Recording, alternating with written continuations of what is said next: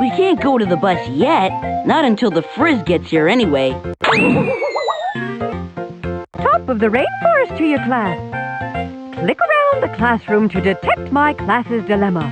Click on Wanda's toolbox when you're ready to help. Click the bus when you're ready to go. Ready, class? Let's blast off to the Costa Rican rainforest. But our first stop is the division of driver's licenses.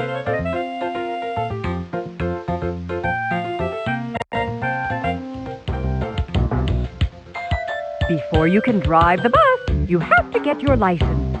Click the controls on the right side until you get the face looking just the way you want it. Then give yourself a name and an age. Click the snake that is ready to roll.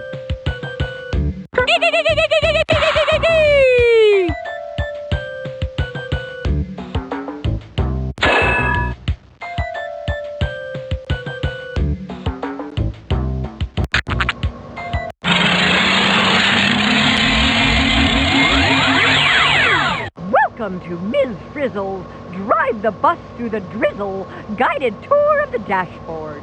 Anytime you want to travel, just turn the steering wheel to choose a new place. The buttons to the right of the steering wheel will push down to show you where you're pointing the bus.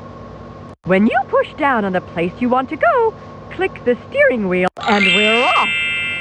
If outside exploration is part of your plan, click the...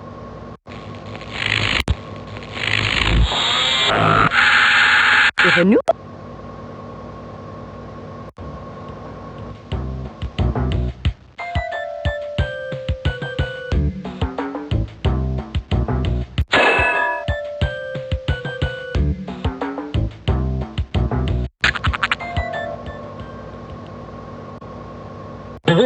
This is where you'll keep the pictures from all the places you visit.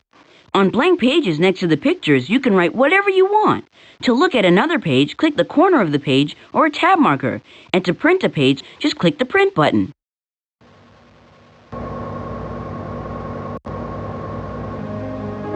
You've learned so much about rainforests. Why not make one for yourself?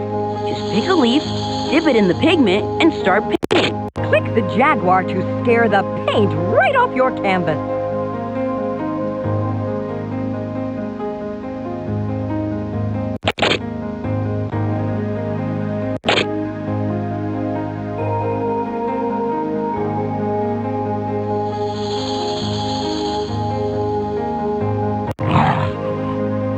Nice draw you got there, partner, but it's time to saddle up and head back to the rainforest.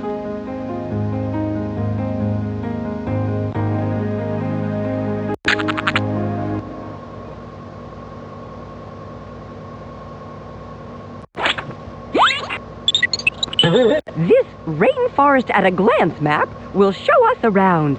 Click each section to hear about its highlights.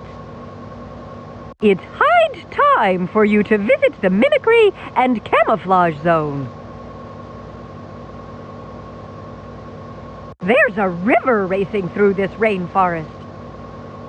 Who knows what can be found when you investigate life down near the ground? High in the canopy, you'll find an area that's home to figs and frogs, as well as some other species. Let's not mince words. The tips of the treetops are not just for birds. Plants and animals live on other plants and other animals in the rainforest. You'll meet some of them here.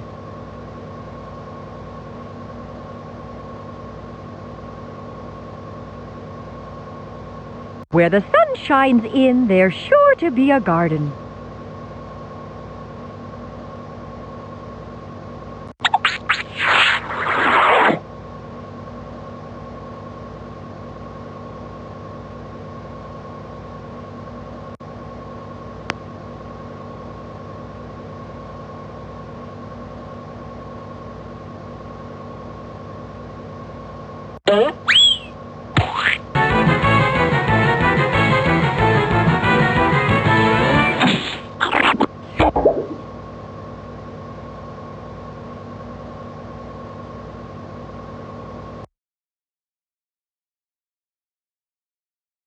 Pioneer trees grow where no trees have gone before, taking over newly opened sunny spaces in the tree gaps. To thrive here, they have to grow fast.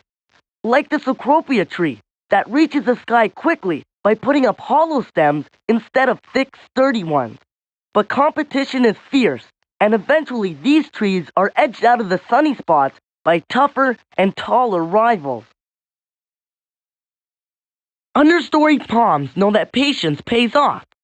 They survive for years on tiny amounts of sunlight until a nearby tree falls. Then they grow as much as they can before other trees shade them in again. The walking palm is especially good at finding light. It grows along the ground until it finds a sunlit spot. It's walking towards the light, so to speak.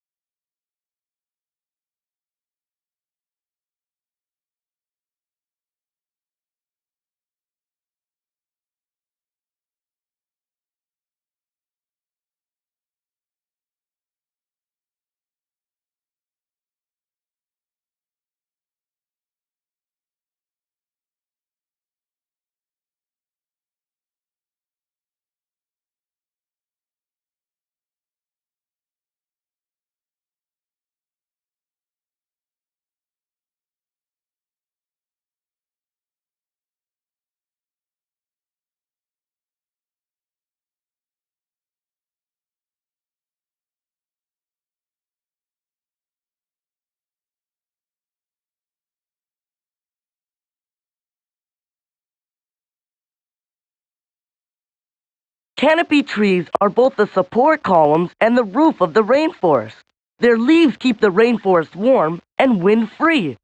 Their mighty trunks and branches support the vines and bromeliads that are home to everything from monkeys to frogs. But the trees are also greedy and absorb almost all of the sunlight, leaving very little for the plants below.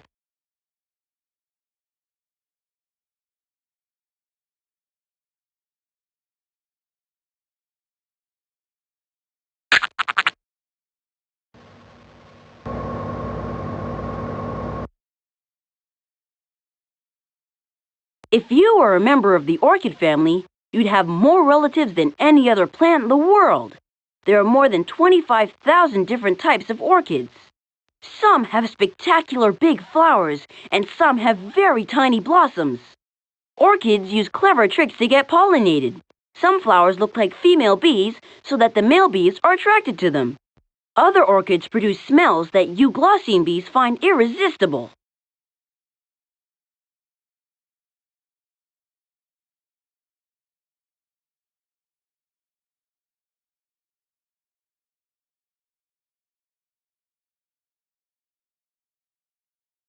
Check this out. Many of the most beautiful flowering plants of the rainforest can live in people's houses. The visitors from the rainforest that do best indoors are the understory plants. That's because they're used to growing without a lot of sunlight. The way I see it, home is wherever your roots are. Do you have any wild relatives that live in the rainforest? Pineapples do, and they're called bromeliads. Bromeliads live on trees, holding onto the branches with their roots. On top of each bromeliad is a tight ring of leaves that catches enough rainwater to make a little pond. Dozens of small animals and plants can live in this pond. The waste from these creatures gives the bromeliad all the food it needs. Sounds perfect? The only problem is that too many bromeliads in the branches can tip over a tall tree.